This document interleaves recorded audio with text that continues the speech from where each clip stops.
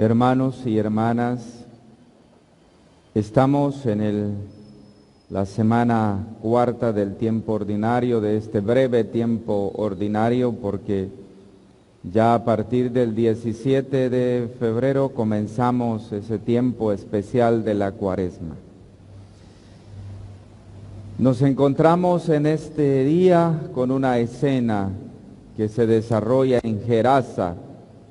Gerasa es una ciudad de la Decápolis, es una ciudad pagana, no es una ciudad cristiana. Es decir, se trata de una comunidad que no conoce a Dios, se trata de una comunidad donde el mal anda libremente.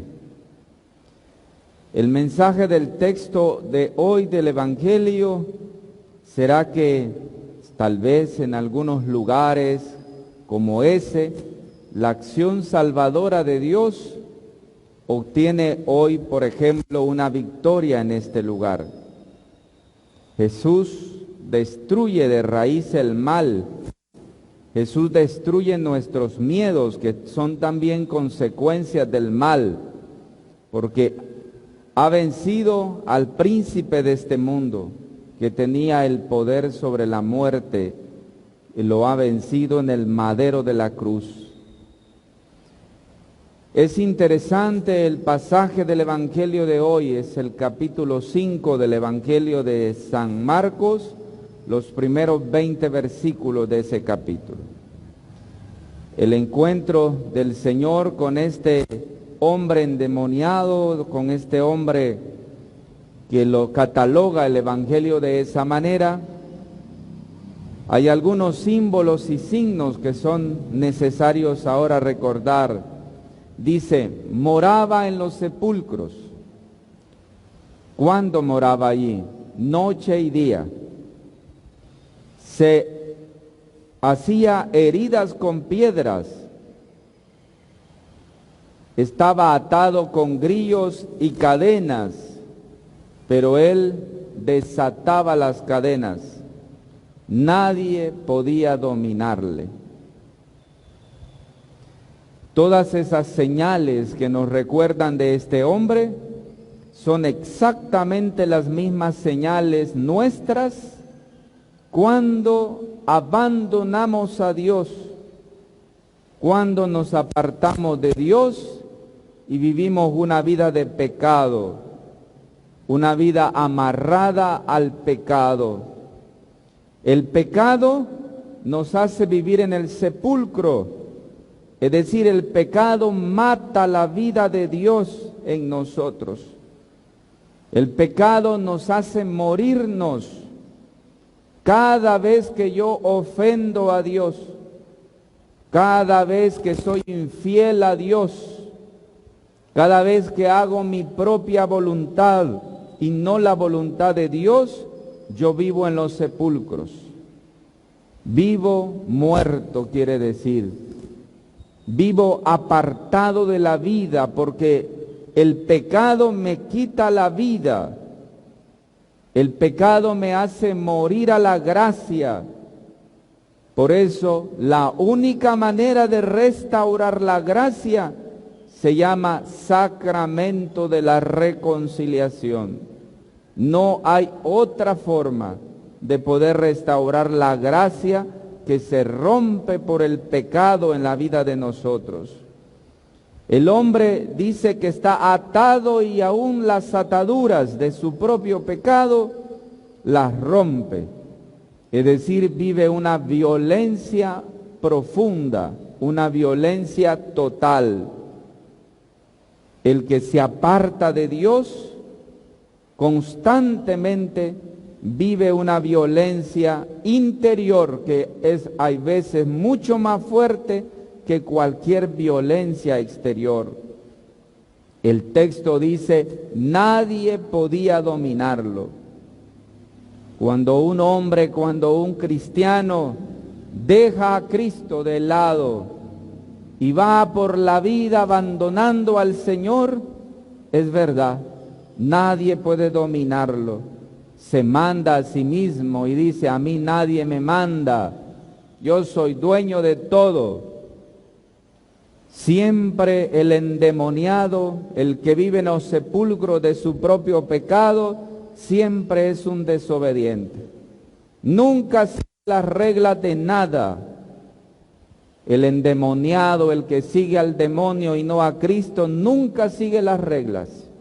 Siempre sigue sus propias reglas y vive la conducta a su manera, hace su propia conducta de vida. Por eso, ¿cuántos de nosotros entonces vivimos estas condiciones? Eso puede pasar a cualquiera, le puede pasar a un sacerdote, cuando es desobediente, cuando no vive las normas de la iglesia, cuando las violenta, cuando vive y hace lo que quiere. Le puede pasar a una religiosa, a un consagrado, una consagrada, le puede pasar a un laico que quiere vivir la vida totalmente desordenada, sin ninguna conducta correcta en su caminar. Lo interesante de este hombre que tiene una conducta desordenada es que dice el Evangelio que fue donde él no esperó que lo llamara el Señor, fue donde él seguramente ha oído que este hombre llamado Jesús libera a aquellos a quienes el espíritu del mal les esclaviza, separándolos de Dios. Porque definitivamente existe el espíritu de la esclavitud y existe el espíritu de la libertad.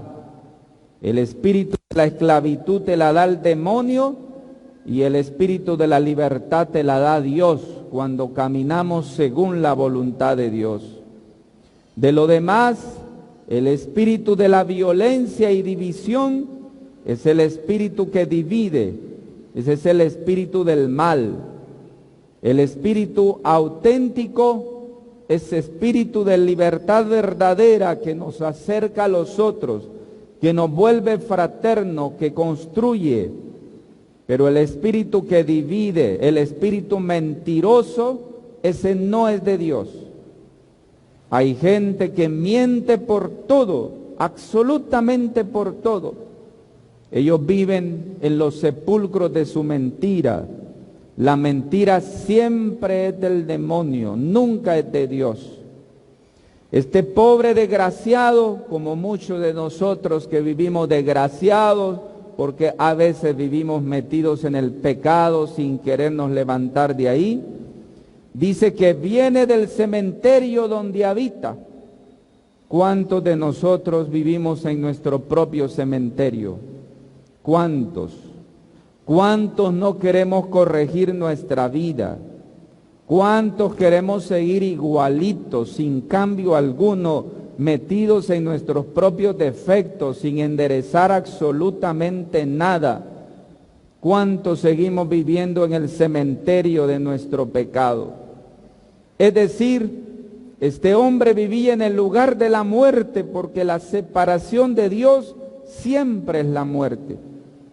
No busca la vida.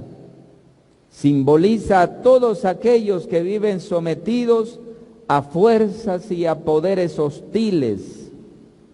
Viven poseídos por el mal, por realidades de este mundo que les ha vuelto verdaderos, a ellos les ha vuelto atraídos por los ídolos que les someten, como el poder, el tener y el placer, esperando conseguir en ellos seguridad y fidelidad, pero se esclavizan y se deshumanizan.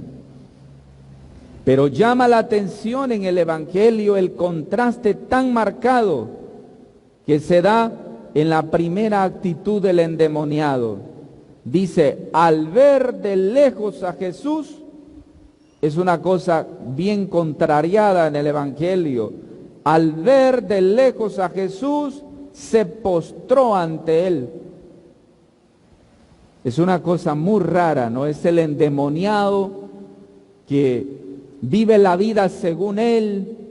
Es el cristiano, entre comillas, que no hace la voluntad de Dios, pero viene a misa, comulga, dice que lee la palabra, hace un montón de cosas como cristiano, pero vive interiormente como una persona endemoniada, es decir, vive alejado de Dios.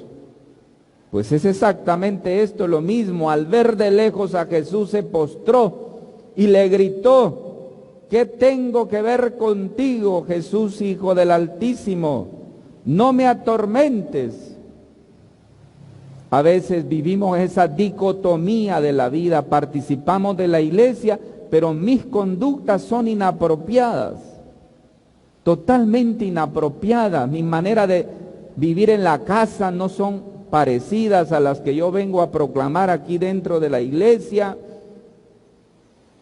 Soy desobediente, soy malcriado, tengo mal lenguaje, tengo lenguaje vulgar, cosas que son incoherentes completamente con una actitud correcta de un cristiano.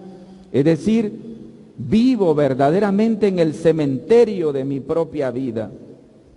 Es rara la actitud de este hombre, pero es posible que eso pase en nuestra vida.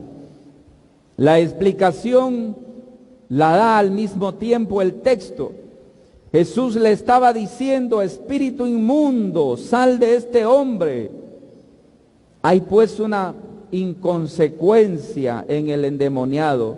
Ha buscado a Jesús, pero él sigue con la irracionalidad del espíritu. Eso es, personas que estamos dentro de la iglesia, que incluso comulgamos, pero no queremos abandonar nuestro pecado. Eso se llama irracionalidad del espíritu. Venimos a comulgar, llámese el que viene a comulgar cura, llámese religiosa o llámese laico, que venimos a comulgar incluso nuestro propio pecado, porque nuestras conductas no cambian. Somos mentirosos, somos vulgares, somos desobedientes, pero bien venimos a comulgar. Eso se llama irracionalidad del espíritu. No hay coherencia de vida entre lo que hago y lo que practico. Por eso el Evangelio de hoy nos ayuda a reflexionar seriamente. Esa irracionalidad del espíritu es lo que impide que seamos liberados plenamente por el Señor. ¿Tendría este hombre que dejar la violencia y la mentira a la que vive sometido? Pero le resulta una tortura, se siente incapaz. Nada, absolutamente nada en común hay entre Cristo y el mal. Por eso, un cristiano, un hombre que vive en la iglesia, un hombre que cree en Cristo, vuelvo a repetir, llámese sacerdote, llámese religiosa, llámese laico, pero si vivimos en la iglesia tenemos que ser coherentes con nuestra vida. Yo no puedo venir a celebrar la misa y ser un infiel, por ejemplo. Yo no puedo vivir doble vida como un cura, porque me voy a condenar, me voy a ir al infierno. Lo mismo le pasa a cualquiera de ustedes que vienen a comulgar, pero luego en la casa, en su familia, son incoherentes. No podemos vivir una vida así, no es correcto. No podemos vivir esa vida con esa irracionalidad del espíritu. Tenemos que aprender a ser correctos constantemente en nuestra vida. Por eso, no hay nada que se pueda juntar entre Cristo y el mal. ¿Cómo es posible venir en pecado a comulgar, por ejemplo? No es posible, no hay relación, no se junta el mal que llevo dentro con la comunión con Cristo. ¿Cómo es posible que yo le hable a la gente en pecado? No hay relación, no se junta Cristo con el mal. Para que yo le hable a la gente debo corregir mi vida, debo enderezar mis senderos. Eso es también para un agente de pastoral que debe de dar testimonio en las comunidades, debe de ser ejemplo. El agente de pastoral, llámese delegado de la palabra, llámese catequista, llámese animador de comunidades juveniles o de infancia misionera, etcétera, deben de dar testimonio en sus comunidades. deben de ser modelos para los demás. Porque no se puede vivir, no hay relación entre Cristo y el mal. No hay lugar para componendas tampoco. Yo no puedo vivir en la iglesia y luego vivir lo que me da la gana en el mundo. No, o te quedas en el mundo o te metes a la iglesia, pero no podemos estar en los dos lados a la vez. Es muy lindo, ¿no? Estar en la iglesia, pero luego vivir allá afuera como cualquiera. Es muy lindo vivir la vida cristiana así, pero el evangelio es radical. El que pone la mano en el arado y voltea a ver para atrás, no sirve para el reino de los cielos. Por eso el endemoniado, se contenta con que no le echen fuera de esa región. Fíjese que él solo quiere que no lo echen fuera de la región. Pregunta el Señor, ¿y cuál es tu nombre? Le pregunta al demonio. El hombre dio y dijo, me llamo Legión. Es decir, tengo una multiplicidad de pecado, de colectividad de pecado. Y es verdad, un pecado encadena otro pecado. Fíjese bien, solo le voy a poner el ejemplo del pecado y del demonio de la mentira.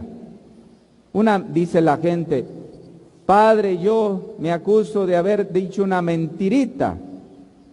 Es que no es mentirita, no existe mentirita, mentirota, media mentirota, no existe. Existe mentira y existe la verdad. La verdad es de Dios y la mentira es del demonio. Así de claro, no existe mentirita, mentirota, no. Existe cosa de Dios, cosa del demonio. Por lo tanto, la gente dice, mire que es una mentirita piadosa. No entiendo de dónde han sacado que existen mentiritas piadosas. No, existe mentira que es del demonio y existe la verdad que es la de Dios. Entonces, la mentira que parece, según la gente, es una mentira piadosa, luego se va convirtiendo en una cosa grande. Yo le miento a alguien con una cosa poquita y eso se va haciendo grande y va encadenando a una serie de personas. De tal manera que mi pecado supuestamente pequeño se convierte en colectividad de pecado. Eso es precisamente por eso. ¿Cuál es tu nombre?, pregunta Jesús. Y responde el endemoniado, Legión, es decir, muchos pecados. Incluso quizás representa a todos aquellos que víctimas de cualquier demonio viven una vida deshumanizada, que no ponen los medios para dejarla. Reconocen que su vida les hace vivir angustias de muerte, pero no dan el paso a la victoria final que Cristo les ofrece. Prefieren suplicarle. Envíanos, le dice el demonio a Jesús, envíanos a los cerdos. Vea qué cosa, envíanos a los cerdos.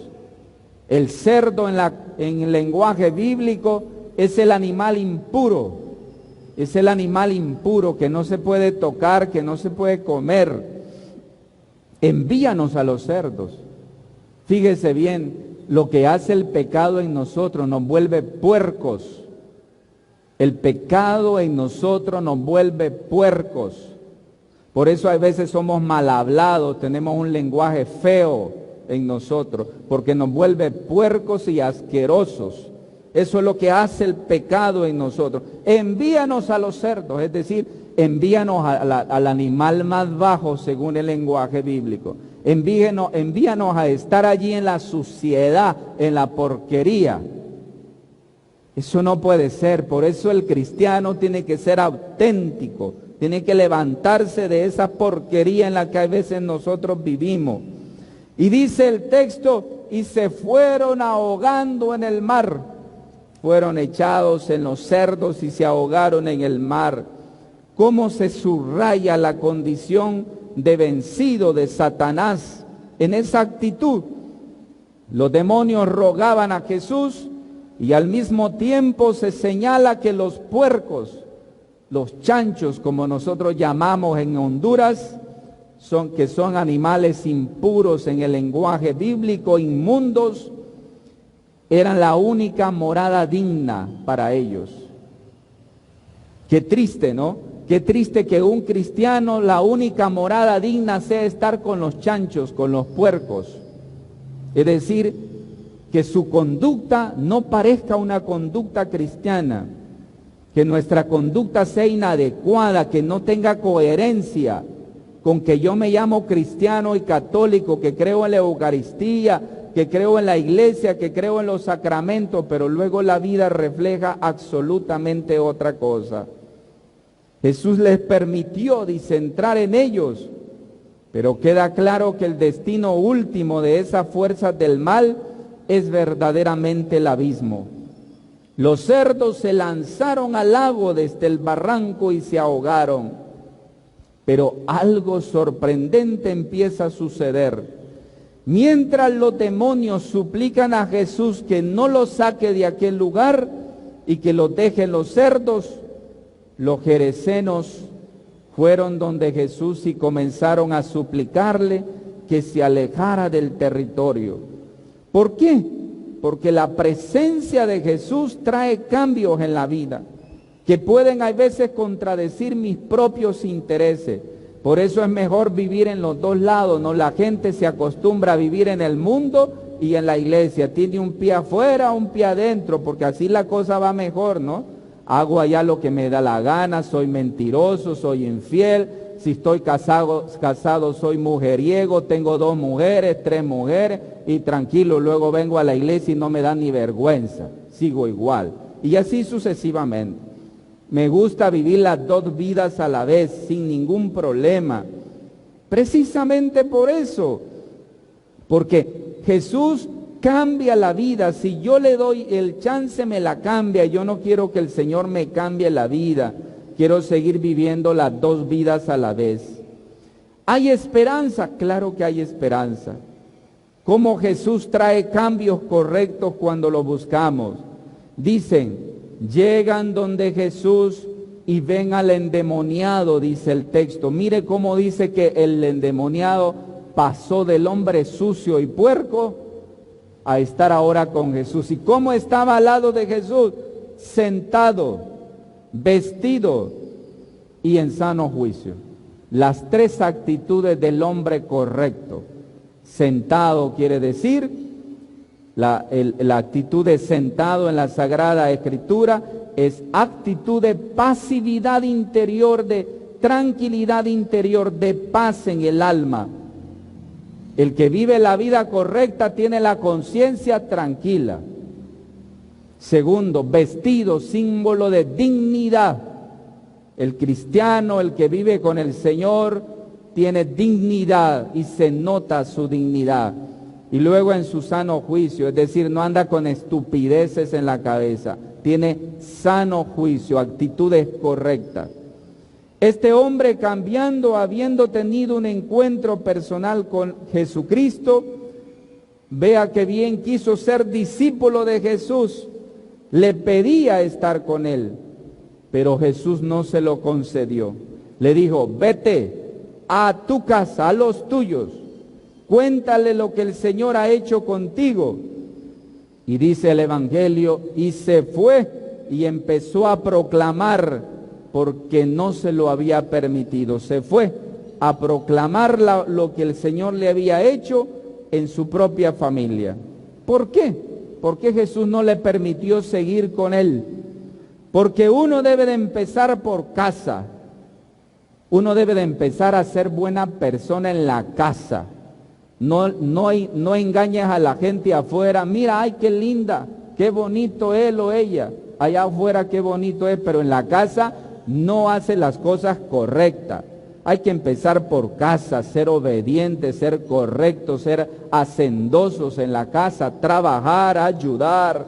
Eso es lo correcto, pero no tener esa doble vida que uno en la calle parece que es santo y en la casa es una barbaridad. Entonces no se puede.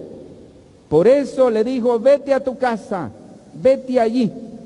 y allí da testimonio, pues nadie debe hablar de lo que no ha vivido y experimentado con madurez.